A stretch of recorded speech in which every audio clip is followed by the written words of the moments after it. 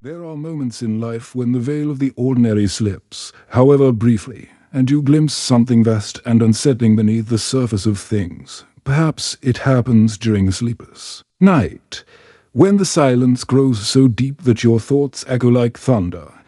Or perhaps while walking under the unblinking stars, when the world seems suddenly strange, as though it were a painted stage set and not reality itself.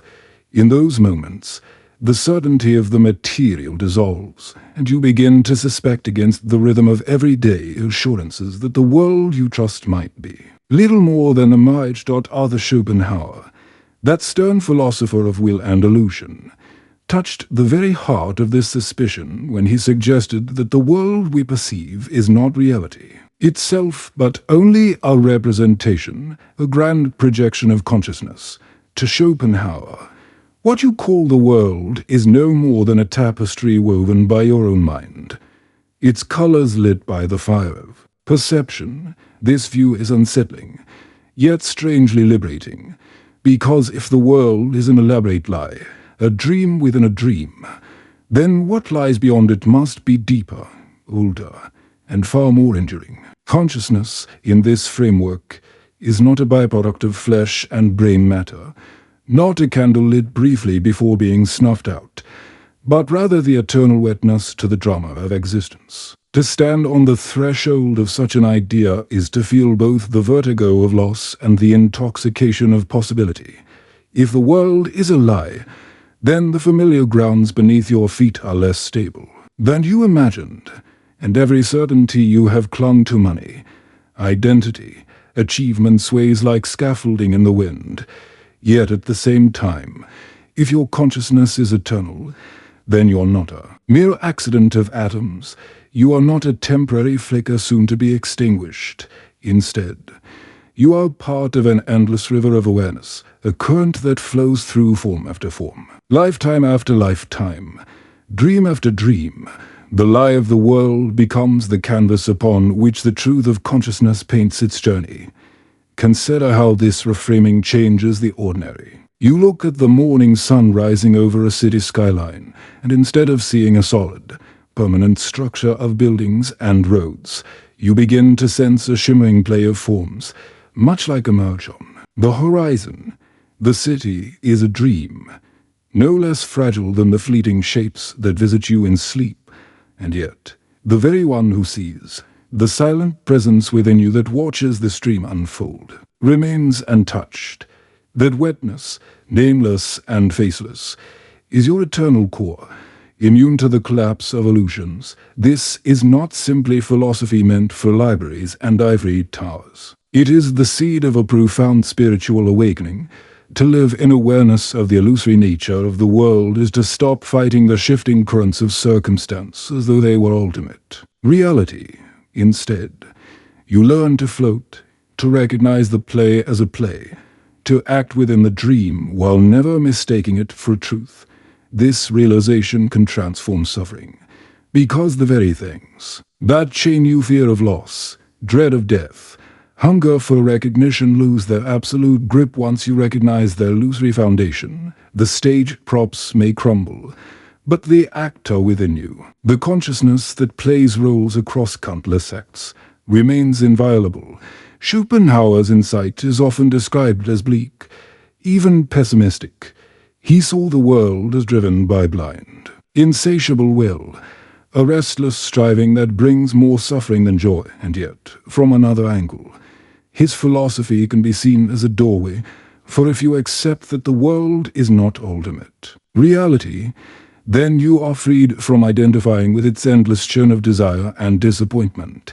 You are given the opportunity to awaken, to turn your gaze inward, to glimpse the luminous permanence of consciousness itself. It is here that Schopenhauer and the wider traditions of spiritual awakening converge. Mystics, sages, and seekers across ages have whispered similar truths. That what you see is not what is, that behind appearances there lies an eternal awareness, a spark of the divine, a core of unbreakable being.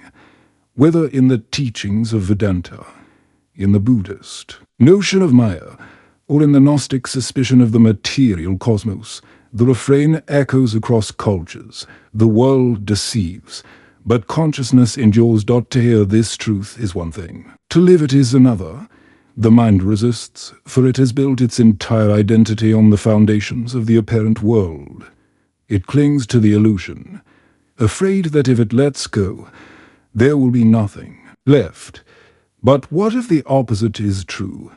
What if, in letting go of the lie, you awaken into something more real than anything you have ever touched?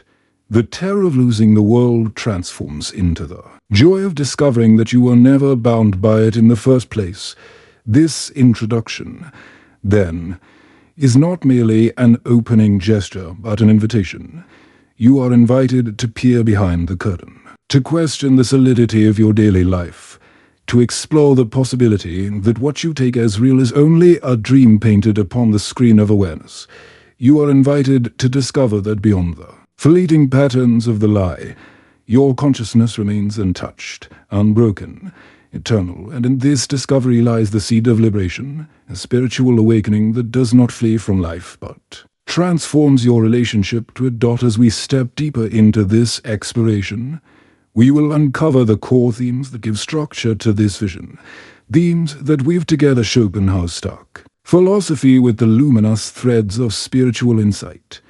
We will examine the nature of illusion, the restless will that shapes experience, the eternal witness that observes it all, and the possibilities for awakening that rise when you recognize the dream for what it is. To begin a serious inquiry into the statement "the world is a lie, but your consciousness is eternal" is to open yourself to a paradox. On one hand, the ground beneath you crumbles. On the other, something indestructible within you begins to shine. Schopenhauer's voice is often heard as somber, but beneath his melancholy lies a crystalline insight that what we perceive is not reality itself, but only a veil spun by mind. He called it representation, a picture painted by the senses and stitched together by thought. We walk through life believing we see reality, yet what we see is only the world filtered through the narrow lens of perception. To awaken to this is unsettling, like realizing you've lived your whole life inside a theater, mistaking shadows on the wall for the world beyond. Yet this illusion, this so-called lie, is not simply deception for its own sake. It is more like a stage upon which the deeper drama of being unfolds. The stage is not reality itself, but without it, consciousness could not act, could not experience, could not grow. The lie is both trap and teacher. It binds you with desires, fears, and appearances, yet it also offers the very conditions by which you might recognize what is eternal within you. Illusion forces you to seek, and in seeking, you discover what cannot be deceived. The silent awareness that watches all. Central to Schopenhauer's philosophy is the idea of will, an invisible force pulsing beneath everything. For him, the world is not driven by reason or design, but by an insatiable will, an endless striving. This will pushes the sprout upward through soil, drives the animal in search of prey, and stirs the human heart with desire after desire. It is relentless, and because it never finds final satisfaction, it breeds suffering. Life becomes a cycle of longing, fulfillment, and renewed longing, a will that never rests. Here lies the dark underside of the lie, the illusion that something out there will finally complete you, when in truth the hunger is never quenched. But here too lies the possibility of awakening, for the witness within you, the consciousness that observes the restless will, stands outside the cycle. You are both the actor swept up in striving and the audience silently watching the play. To identify only with the actor is to suffer endlessly, chasing phantoms that dissolve upon touch. To awaken as the audience is to recognize your eternal nature, to see that while the stage shifts and characters come and go, the one who witnesses never perishes. The lie of the world is the shifting story. The truth of eternity is the silent seer. Schopenhauer himself often sounded trapped in the bleakness of the will. Yet in his acknowledgement of art, music, and contemplative experience. He glimpsed doorways to liberation. When you lose yourself in music, where a piece of art suspends the restless chatter of mind, when a moment of stillness descends and you feel vast and quiet, those are moments when the illusion loosens its grip. For an instant, the will pauses, the lie fades, and what remains is pure awareness. The spiritual traditions that echo alongside Schopenhauer amplify this opening. In Vedanta, it is called Atman, the eternal self. In Buddhism, it is the awakening to the illusory nature of form. In Gnosticism, it is the recognition that the material cosmos is but a shadow of the true, hidden light. What unites these voices across cultures is a vision of consciousness as unbounded and indestructible, flesh and circumstance shift. But awareness itself remains constant. This does not mean that you, as an ego or personality, are eternal. The persona is part of the lie, a mask worn in the theater of the world. What endures is deeper, the pure presence that watches from behind the mask, like the sky, which remains unchanged while clouds of every shape and color drift across it. Your consciousness is untouched by the dramas that pass through it, to live as though the lie were. Ultimate truth is to live in bondage. You become enslaved to circumstance, perpetually anxious about loss, feverishly clutching at what cannot be held. But to live with the recognition of illusion is to breathe more freely, to walk through life lightly, as though through a dream you know is a dream. Suffering may still rise, but it no longer defines you. Success may come, but it no longer ensnares you. Death may approach, but it no longer threatens the one who witnesses, because consciousness has no end. This is not abstract metaphysics, not a mere game of words. It is an invitation to shift the very axis of your life. Imagine walking into your daily routine, answering emails, buying groceries, speaking to a friend, not as someone caught in the lie of necessity, but as an eternal witness moving through a play. The colors of life grow brighter, the weight of fear grows lighter, because you no longer mistake the passing for the permanent. The illusions remain, but you see them as illusions, and in that seeing, they lose their power. The world is a lie, but it is a sacred lie, a veil that both conceals and reveals. Without it, you could not awaken. For what is eternal within you shines only against the backdrop of impermanence.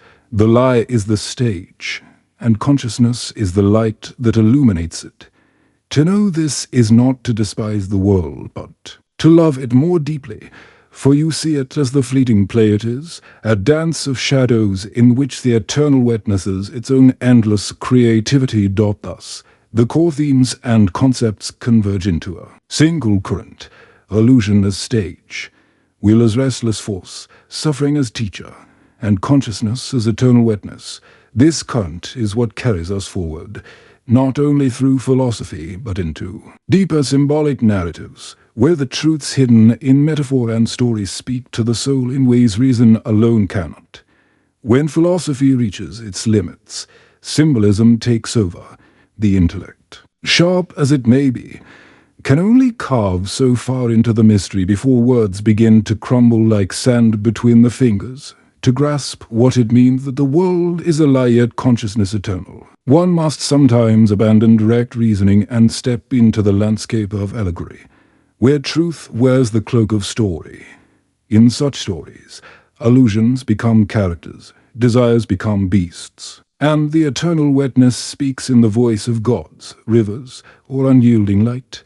Imagine, for a moment, a grand theater set in a forgotten city. The stage is immense, the backdrop painted with mountains, oceans, and stars. Actors come and go, each certain that their role is the center of the drama. A king delivers his speech about conquest. A beggar pleads for bread. Lovers whisper of forever. The audience, if they even remember there is one, sits in silence, watching. But here is the twist. The audience is not separate from the play. Every person in the seats is also an actor on the stage. forgetting each lifetime that they were ever watching at all. The play is endless, scripts rewritten, costumes changed, yet the silent witness in the audience never leaves. This is consciousness itself, eternal, ever-present. The world is the play, vivid yet illusory. A performance mistaken for a reality. In another story, the lie of the world appears as great. Marketplace, stalls stretch endlessly, each overflowing with goods, power, wealth, beauty, pleasure, recognition. Shoppers rush in every direction, clutching what they can, bargaining, striving, hauling. But at the heart of the marketplace there is a fountain, quiet and overlooked. The water that flows from it never ceases, never diminishes, never dries. Few pause to notice it, for the stalls are loud and enticing. But those who drink from the fountain discover a strange truth. Their thirst fades, not because it has been satisfied by a product, but because they realize the thirst was never real. The eternal water does not quench desire by feeding it. It dissolves it altogether. The fountain is consciousness itself, eternal and inexhaustible, waiting in the center of the illusion. Consider, too, the myth of the dreamer. A man lies asleep, dreaming he is a soldier fighting a great battle.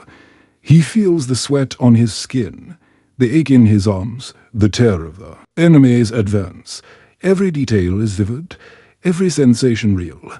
Then he dreams of victory, of being crowned as a hero, of glory that lasts a lifetime. Yet one morning he awakens, and all of it dissolves into nothing. The war was a dream, the crown a dream, the suffering and the triumph equally shadows. But the dreamer himself remains unchanged. The dream could not harm him, nor could it define him. And so it is with consciousness.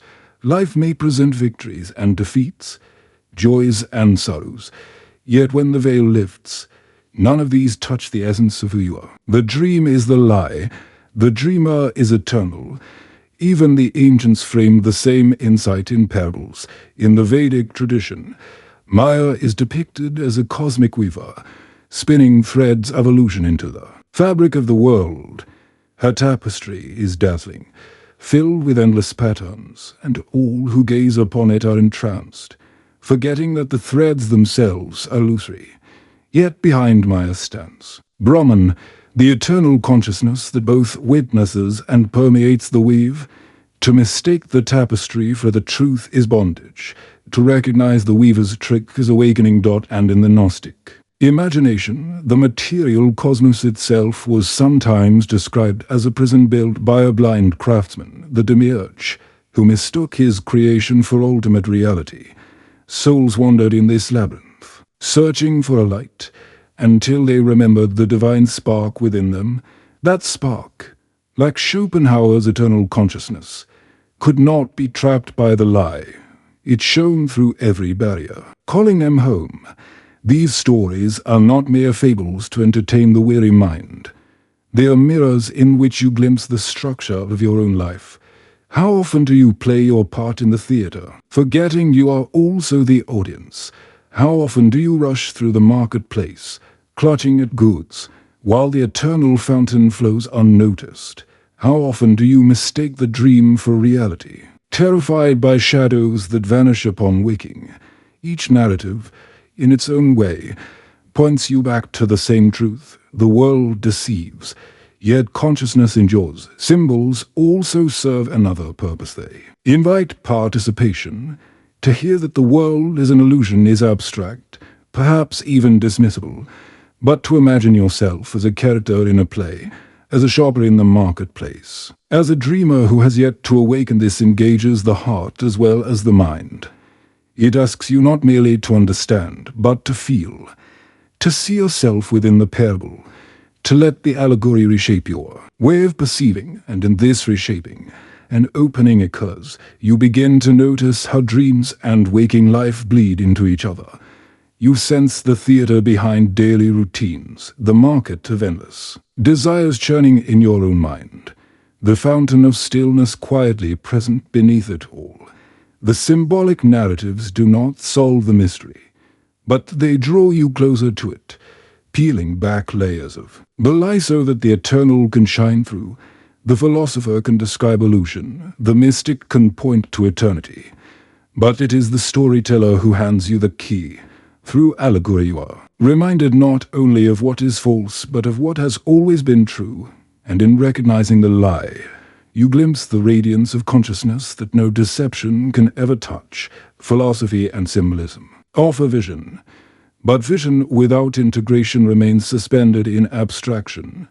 Like a star too distant to warm the earth, the question that inevitably rises is simple yet profound. How does one live, day by day, under the recognition that the world is a lie and consciousness is eternal? To awaken to this truth is not meant to be an escape from life, but a transformation of how life is encountered, a reorientation of perspective that changes everything while leaving the outer forms seemingly untouched. Consider the ordinary rhythm of a morning. You wake, brush your teeth, check your phone, prepare for the day's obligations. These acts may seem mundane, repetitive, even burdensome, yet under the lens of spiritual awakening they become permeated with a different quality.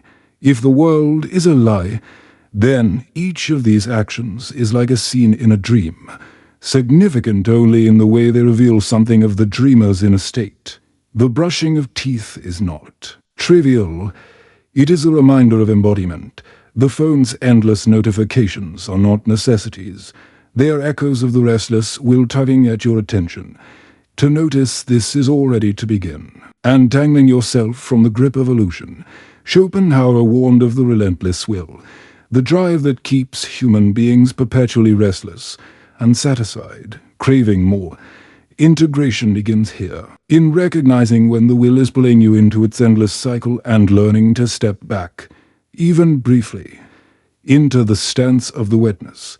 When you feel the pang of desire, whether for food, status, or comfort, pause and ask, who is it that desires, and who is it that notices the desire? This simple question shifts you from the role of actor caught in the drama to the role of observer watching the play. In that moment of awareness, suffering loosens its grip, because you no longer mistake yourself for the restless hunger. Another mode of integration rises through art and beauty, which Schopenhauer himself described as windows into the eternal.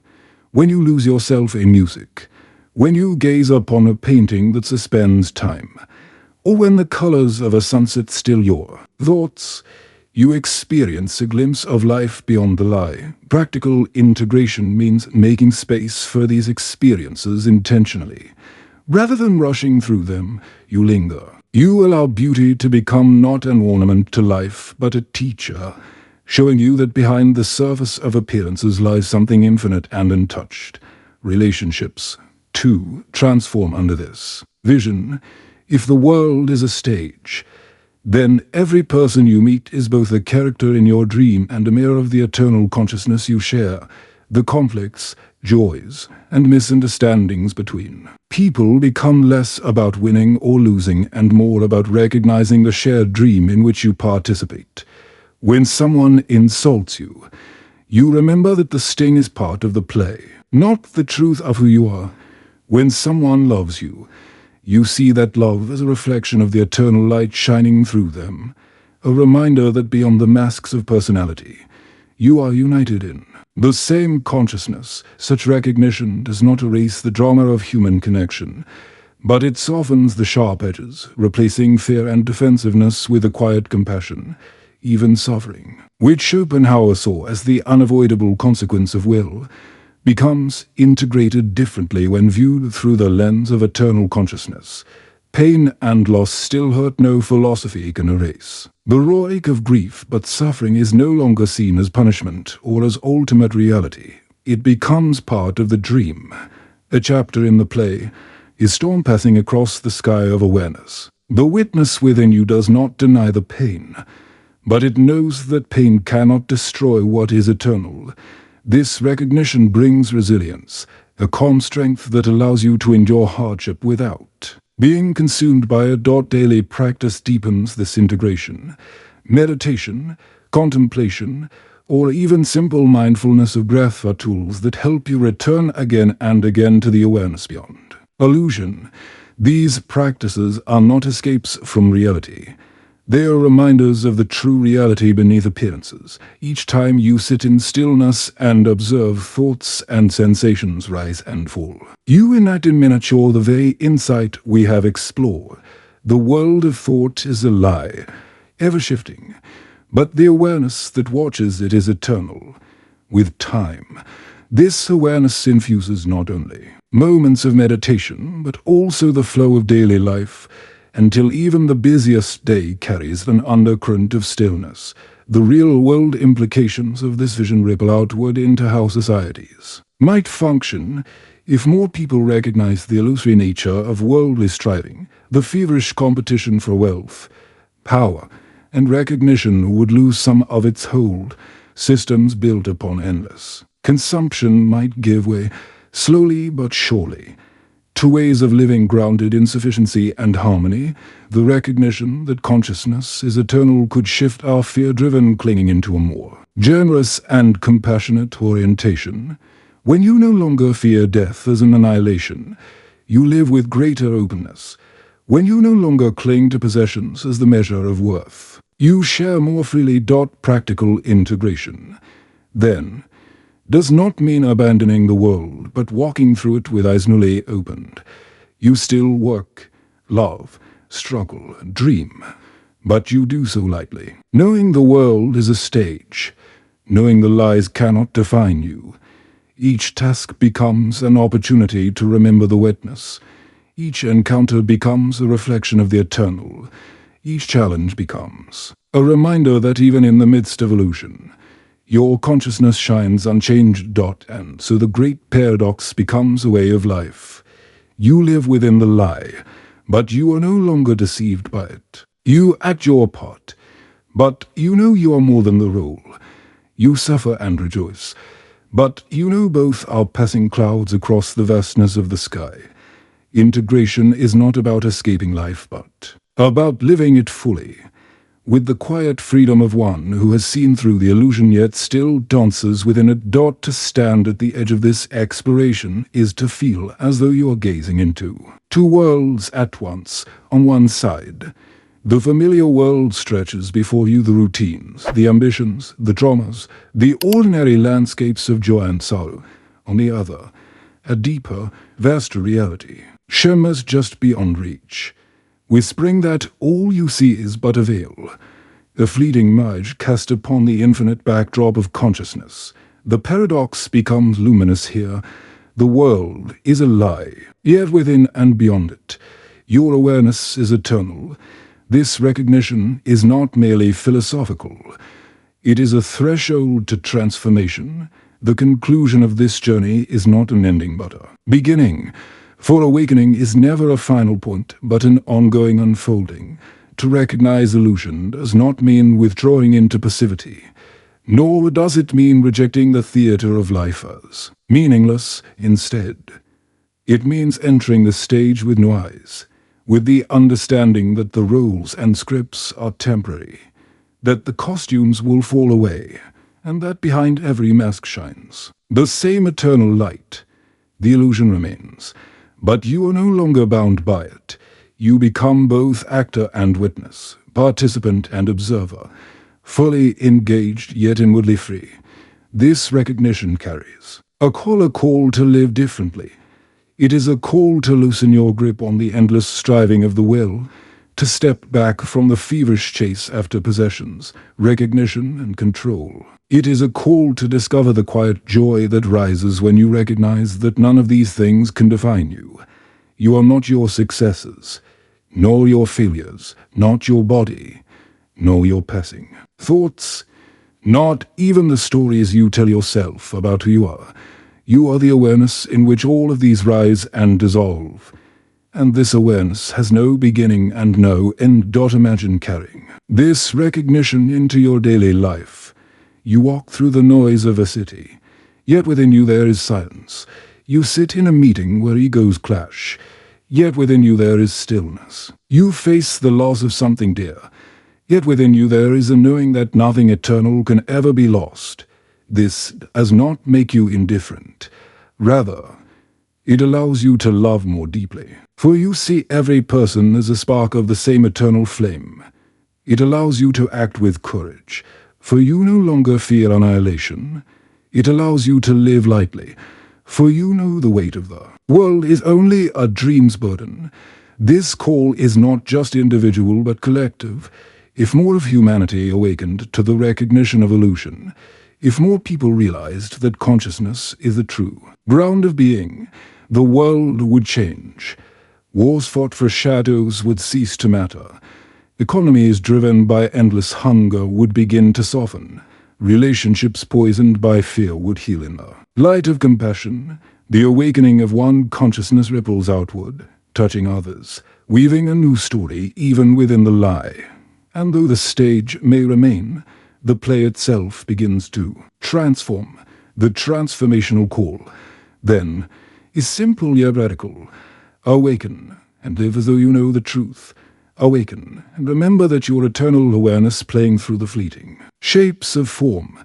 Awaken, and carry this recognition into every word, every gesture, every breath. Do not despise the illusion, for it is the canvas upon which eternity paints. Do not cling to the illusion, for it cannot hold you. Instead, move through it with the grace of one who knows the dream is but a dream, and the dreamer is indestructible.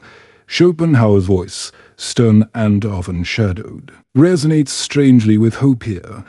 His insight into will and suffering, rather than condemning you to despair, becomes a doorway through which you can step into freedom. The restless striving need not trap you. It can awaken you. The pain of the lie need not break you. It can point you toward the truth. What he called representation, the shimmering illusion of the world, is not a prison when you recognize it for what it is. It is a passageway, and beyond it lies the eternal. And so, this is the invitation that remains, to awaken to the fact that the world is not what it seems, that its solidity is a deception, that its dramas are shadows on the wall. But more importantly, to awaken to the truth that you are not bound by this deception. You are the witness, the dreamer, the eternal consciousness that has no beginning and no end.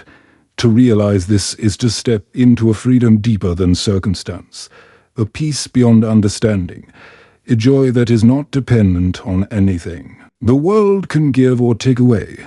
The world is a lie, but your consciousness is eternal. Let this truth not remain a concept, but let it sink into your bones. Let it flow through your actions. Let it shape the way you live. For once you know this not just with the mind, but with the whole of your being, you will find yourself transformed. You will live in the world, yet not of it. You will act with purpose, yet without bondage. You will love without fear. And you will walk through illusion as though through a dream whose beauty shines because you no longer mistake it for reality.